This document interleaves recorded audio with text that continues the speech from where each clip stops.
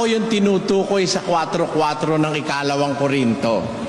Sinagot ako si Satanas, sabi niya. Basahin nga natin yung 4:4.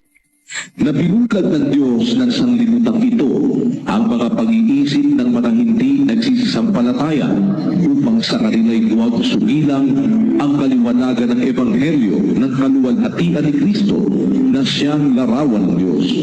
Alam nyo mga kapatid, yung si Satanas sa Biblia, tinatawag siya na Diyos ng sanlibutan.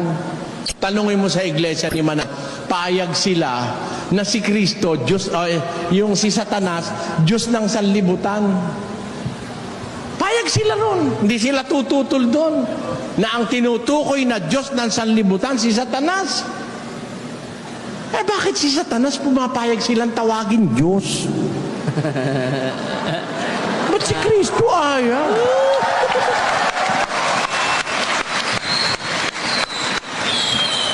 Nakita nyo logic, mga kapatid?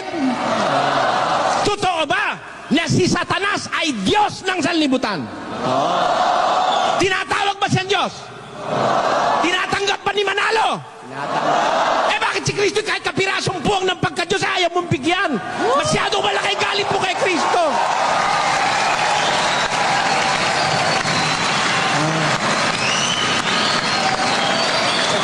Masyadong malaki galit kay Kristo. Walang ka-chance si Kristo.